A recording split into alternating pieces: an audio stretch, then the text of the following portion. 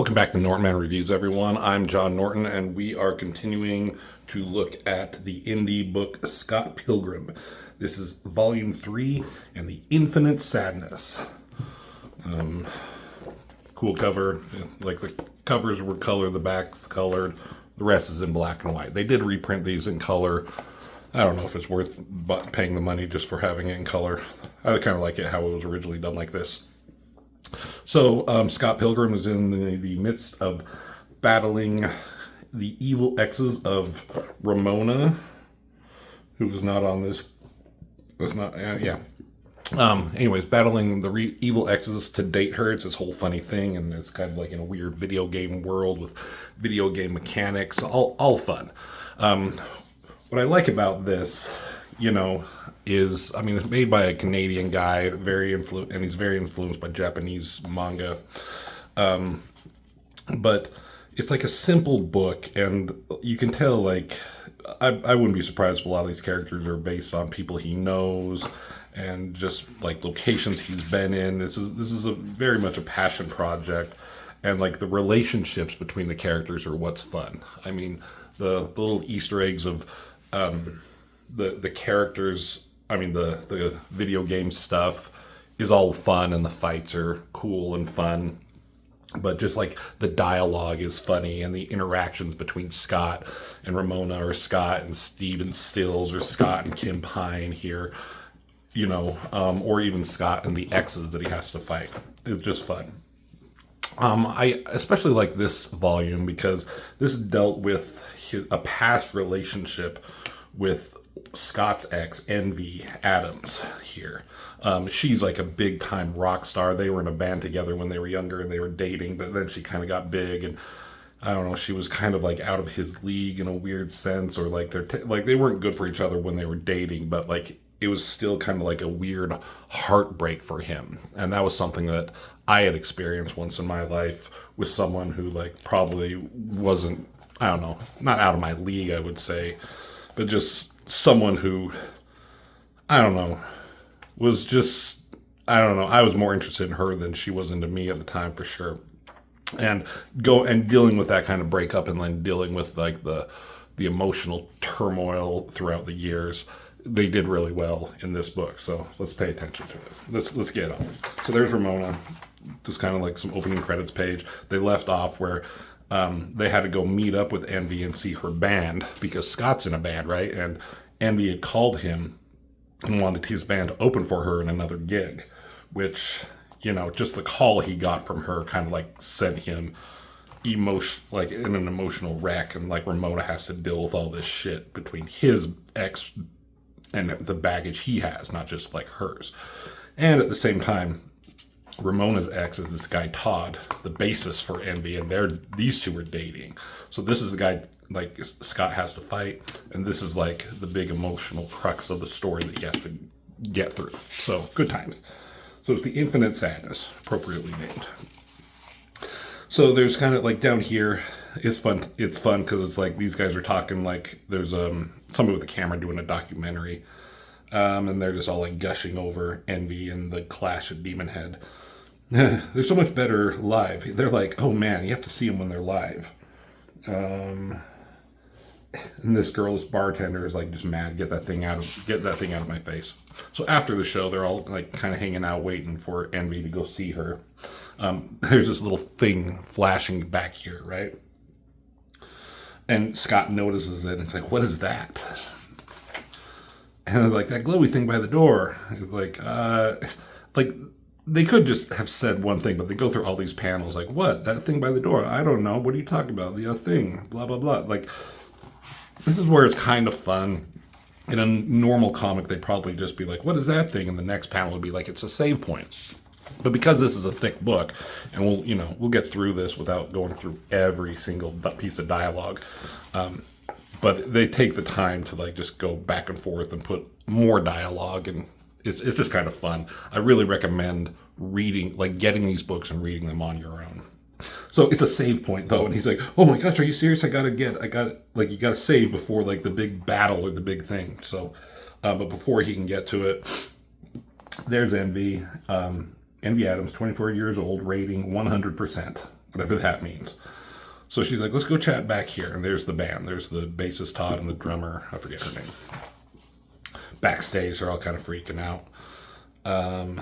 She says, hi, Scott. He says hi, and he's still freaking out. And Todd says hi to Ramona, and she says hey, and then there's just silence. Then they all glare at Knives here, who says, because she's obsessed with this band. And then there's Julie. She's just like, she used to be friends with Envy, but now she's like trying to be on her good side because she's like famous now. And like just talk. Knives freaks out because she loves this band, and she just realized that she kissed the lips of Scott, because they used to date, that kissed Envy. So I kissed the lips that kissed you. And they look at her and they're glaring at her, and Envy nods to her drummer back here. She has this arm that just like fucking extends and punches Knives right in the face. The bionic arm. She punched the highlights out of her hair. She put highlights, dyed them in the last volume. And then she's all crying, and she's like, no, you and your little boyfriend can go. So they like, this is kind of like just shows Envy and kind of what a douche she is.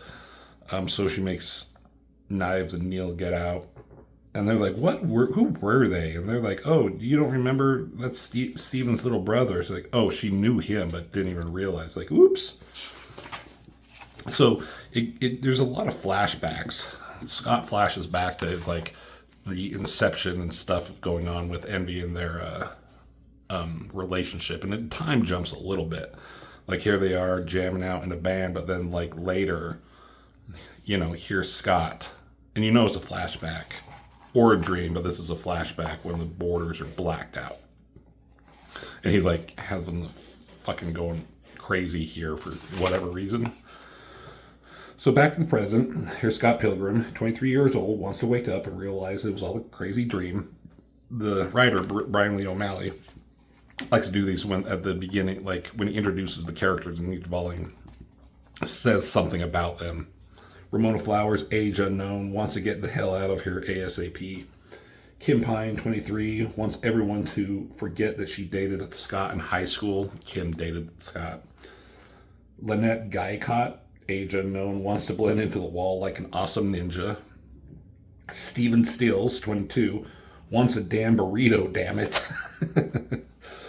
Julie Powers wants to get on Envy's good side now that she's famous. Todd Ingram wants to kill Scott Pilgrim's ass and get it over with. Envy Adams wants to drag it out and make him suffer. Young Neil, they're somewhere else. Kind of, sort of, basically wants to make out with Knives Chow, who's 17 years old. Knives Chow, 17 years old, has no idea what she wants at this particular moment. So they're chit-chatting up here where they say all this. Just like kind of normal conversations, but you can tell Envy is just kind of being a bitch about things. I like your outfit, by the way, Ramona. Affordable. She says, excuse me. Julie's trying to stay in the conversation at all costs. Mentions that Ramona's from New York.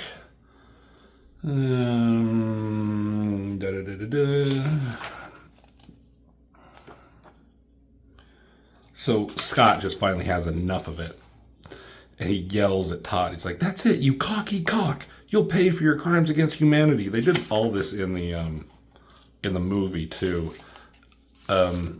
This beginning part, but then the fight basically ends, in this sequence in this movie. But the fight, like this whole story and the fight doesn't happen till the end. Like they leave so much out of the movie, which they would have to. I think I said this before, but I think it would have been better. I don't know. I would have liked to see at least 2 movies, and like the first movie ends with this book because it's kind of a big emotional story in this book.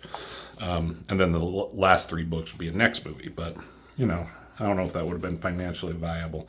So Scott's attacking Todd, and his like hair goes up, spikes up suddenly, and he has these like weird powers, and he dodges and stuff coming out of his eyes, and uses like telekinetic force powers. It starts choking him and lifting him. And like, what the fuck? And she's like, didn't you know? And he throws him through the wall. Crowd. Todd's a vegan. Graduated from the top of his class from Vegan Academy. And then they're talking about how to be vegan and what it means. Most people just can't take it. It's a fact of science. The main thing to know is that I'm better than most people. Is that what they taught you? Hey, go ahead and get snippy, baby. But if you knew the science and listen to a word you're saying, Ramona's looking at Scott down here. She's like, "Are you well?" And then Steven's like, "How does not eating dairy products give you psychic powers?" They talk about some weird stuff about how you only use 10% of your brain. It's because the other 90% is filled up with curds and whey. That's the stupidest thing I ever heard. Maybe if you knew the science. So, all right, then we go to another flashback. I think this is Scott Pilgrim, first year, university, temper, happy-go-lucky, hair, pretty long. Natalie Adams, her real name's Natalie. Temper, nerdy, hair, extra long. So this is before even they were dating. So like the flashbacks, they go back and forth. There's Julie, temper, bitchy, hair, art school. Stephen Stills, temper, none, hair, lengthy. So this is where he first meets up with Envy, or Natalie as she's called. And he wants to start dating her. Or hitting on her, but Julie's like, "You can't date her," because he's like, you're a lady killer. Starts talking about all these other girls he's been with. And Envy's here like, "You're much too dopey to be a lady killer." So she's kind of digging on Scott at this point. Now it goes back in the present, back in the fight. She's like, "She used to be so nice." So he kicks at him, but again he flings him like way into the air. He just and comes falling down. Then goes back into a flashback. They're in their band. There's a Wallace, his gay roommate, and you can see this is where Scott and Envy are like actually starting to get together, and they must have spent the night. And he's like, "I'll call you." She's like, "You call me every damn night." So they start dating. Beginning of their relationship, it's all fun and good, and everyone's happy. This is funny. So it was back in the present. Scott's yelling at Todd. He's like, "I dislike you." And Todd says, "Tell it to the cleaning lady on Monday." What? Because you'll be dust by Monday. Huh? Like Scott just doesn't get what he means. Because I'll be pulverizing you sometime over the weekend. I like this little panel. I'm sorry. What? And the cleaning lady cleans up. Dust. She dusts. She has weekends off, so Monday, right? So he made this stupid joke and no one gets it. He's trying to explain it to everyone and himself. And he's like, "What the hell are you talking about?" They did this in the movie. It was pretty funny. So it's almost 3:30 in the morning. It's like, why don't we just... this is funny. They break the fourth wall a little bit. It's almost 3:30, and we've been here for a quarter of this book. Let's call it a night. We have unfinished business, I and he. So bad grammar there. And Scott tries to correct him. He and me, but he fucks it up too. Don't talk to me about grammar. So they're like, "We'll finish it up tomorrow. We'll go to this one place, Honest Ed's." Goes to another flashback. And Natalie, as she's still called at this point, she starts like dressing like sexier and fancier. She got rid of a bunch of all her nerdy stuff, her toys and anime. She sold them all and bought these like cool boots. So they're making out and he calls her Nat. And then she's like, "Can you start calling me Envy?" So that's when she like wants this like nickname that she gives to herself. And then Scott's here and they're talking about stuff. And he's like, "It's our 8-month relationship." And she's like, "Oh, you're the girl in the relationship," because she didn't even realize. And then later in the night, again, they're doing stuff. And Scott says, "This might be a stupid thing to say, but I love you." And she just kind of has this weird look. And he's like, "That was stupid, right? Never mind. I forget it. Forget I said it." So he said it first, but she's not feeling the same way. So it's late at night. It's raining. They're all tired. People are going home. Ken's telling them to like blow me. She's just cranky about things. Steven leaves, so it's just Ramona and Scott. and he wants to get food, but she says doesn't really want to. But there's a pizza place, so they go in there anyways. They meet up with Wallace and this other guy named Scott. The other Scott says 26 years old, fairly gay. And then there's Wallace, 25 years old, pretty darn gay.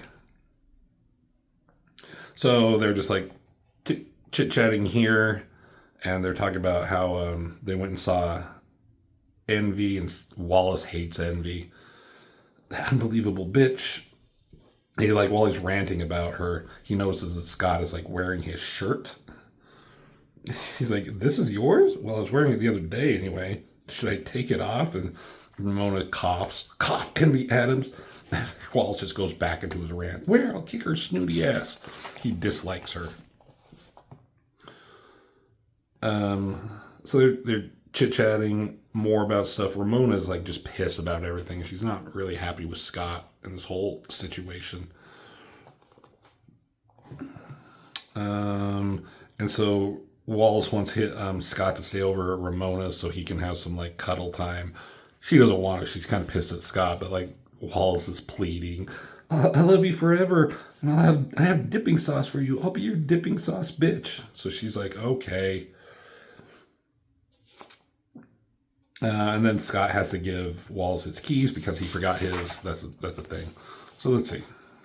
More chit-chatting, funny stuff. They go home. It's the morning. He's like wide awake, and it's 7:30 in the morning, so he hasn't like slept all night. So he's gonna leave, and he goes home. It's still raining, and then he gets there, and he realizes he gave his keys away, so he's like stuck outside. And he's knocking on the door trying to wake Wallace up, but he's not answering, and it's raining, and he's just like so exhausted, like it catches up with him, and he falls asleep on his front door. But here comes Wallace a little while later. He lets him in, and he got him, I think he got him a donut. Yeah. So they get in, and then Wallace does this weird thing where he gets dry because his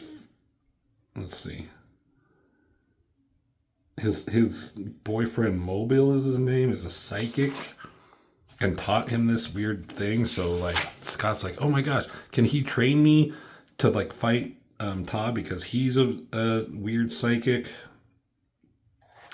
So then it goes into another flashback. There's 4 of them. There's like Scott, Envy, Steven, and Wallace. They're playing Bomberman, which I've never really played. He yells, "Eat it, Fairy Bomberman. You're the Fairy Bomberman." "No, I'm Ninja Bomberman." And Envy gets mad. She's like, "Why am I doing this?" She leaves. And I've done this before, and this like made so much sense. But we need you. It's 25% less fun with only 3 players when you have 4 people and 1 leaves. It's just like, it's fun with more people, right? So she leaves, and Wallace basically says, I don't like her. You should break up with her."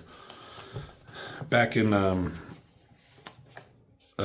modern times, talk about the situation. They're making bacon.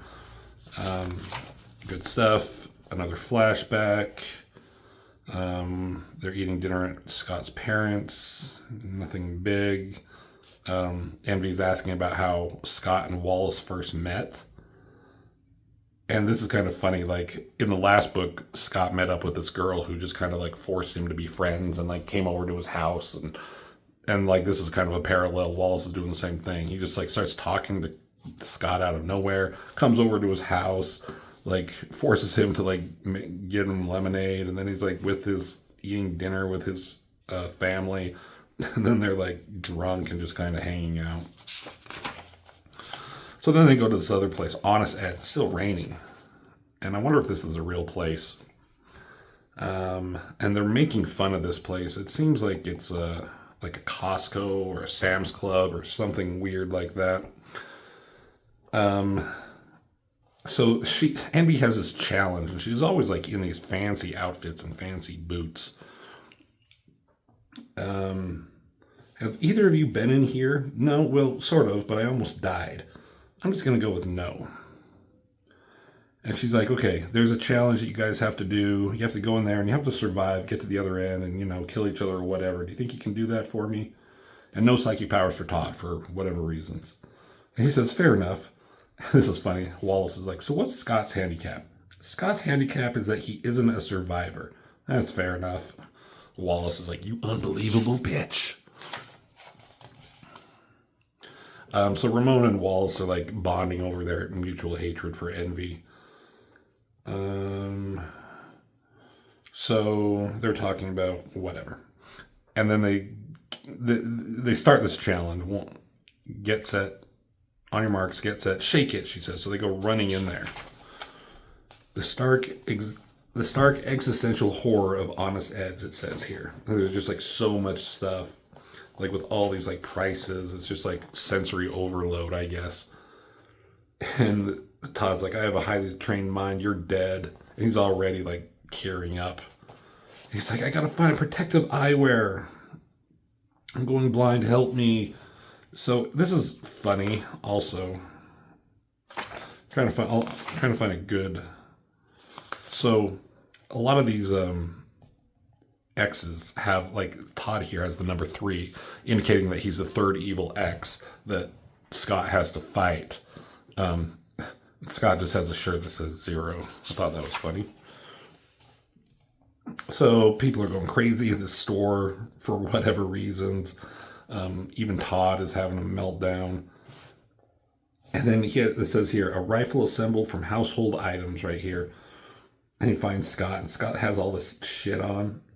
Hockey gloves, $6.99. Bike helmet, $10.97. Wraparound sunglasses, $1.49. Just says these things. Todd has a kind of a weird freak out. There's a flashback from his, like talking to his dad.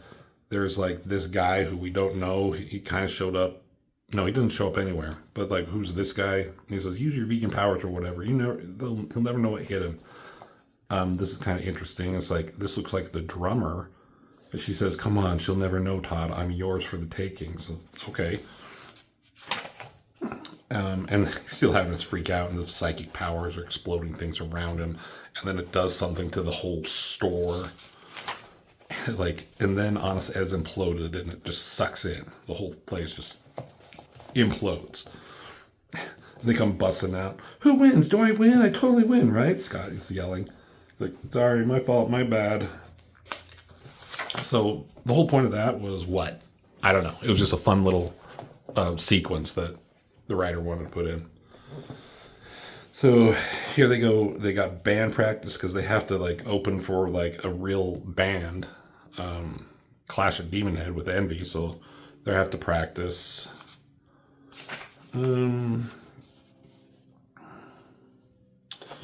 All good stuff. More chit chatting. Later that night, Scott and Ramona are kind of like, she's happy. She's in a better mood. She's not so mad at him or annoyed with him. And then they go to have dinner.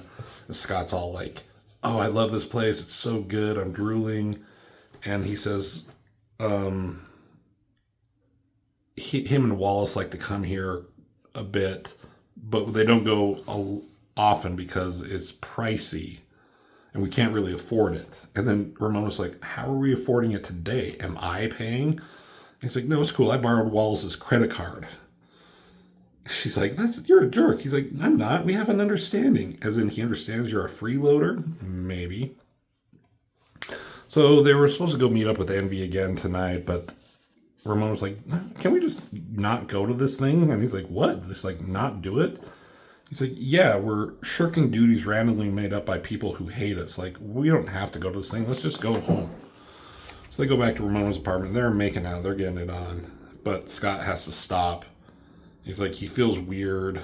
He's like totally not there. And she's like, and Ramona says, I just keep picturing Envy's stupid face and getting all turned off. Scott's like, I think I'm having the opposite problem. So then Ramona and them start talking. She starts telling him about her relationship with Todd, about how he had to go away and had like weird experiments done onto him in a laboratory, and that's why we got his psychic vegan powers. And to prove his love to her in this flashback, Todd and Ramona He tells her to look up. Awkward adolescent slobbering right there, and they're kissing. So he flies up, and there's the moon. And he flies up to the moon, and he just like flies into it, like crashes down. And she's looking up and watching him do this, and he's like doing it for her. He's like, and then what happened? About 30 pages of explosions and tidal waves. Like they say 30 pages. So he like crashed in the moon and made a hole in it for her. So again, they're talking. He's like, do you want to hear about me and Envy? She's like, no, not at all. And then she's like, she wants to know about Kim. And he talked about their relationship a little bit and what happened, which all happened in the last book. He was flying, shooting lightning bolts. This guy had a fight for Kim in a flashback. He could make people do whatever he said automatically. He was totally awesome, and I kicked him so hard he saw the curvature of the earth, he says. Then you got Knives Chow up here, and she's just like still sad from like everything that's going on. So now we're in chapter 16, frail and bedazzled. And look at this outfit that like fucking Envy is in. Her hair is all crazy, cool looking. And so they have lunch, and then she's like, "Did you order dessert?" A little gelato. She's like, "Oh, that's a fruit ice, right? It's like a fruit ice, right? You can keep it. Veganism." So he's like, "Okay, have fun." And the drummer here, she doesn't know what gelato is. Nope. She's like, it has milk, right? And eggs. You're a credit to the vegans, Todd. So even though he's vegan, he's eating some stuff that isn't vegan. He says, you know what? I'm a rock star. I do what I want when I want. I'm going to live a little. It's not hurting him. Who's going to know? You're incorrigible, she says. I don't know the meaning of the word. And he says he really doesn't. And then they start kissing. Dramatic music is playing right now. So even though Todd's with Envy, he's doing something with the drummer behind her back. So Sunday, 2 p.m., Ramona changed her hair again. They're all noticing it. And Scott's like, is that your natural hair color? She has no idea. It's like, I guess it could be. She changes it so much. And then Scott, he's like, he needs a haircut. He's been dying to get one.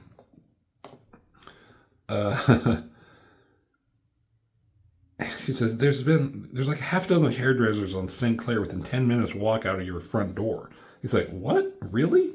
And Wallace, this is funny. Don't listen to her, Scott. She notices things. So she has scissors in her bag, and she cuts his hair.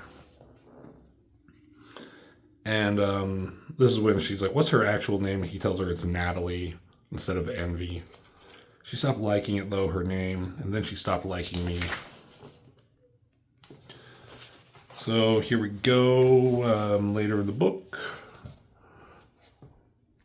And they're still just prepping for their concert. More flashback, more stuff of their original band. And it looks like some guy called for Envy and she's mad that he didn't take a message. I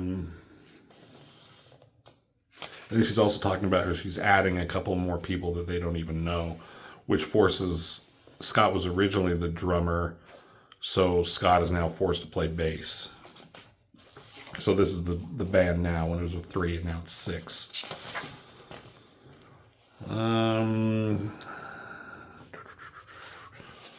More stuff. Steven is like freaking out over having to like perform. He's throwing up. Scott's flipping him off. He's like, have fun throwing up, Dick. I'll catch you later on. So this is a pretty thick book, and we're only halfway through it. And we're 30 minutes into the book. So I think I'm going to stop it here really quick. And then I'll do another video wrapping this up, and I'll put that one out like day after.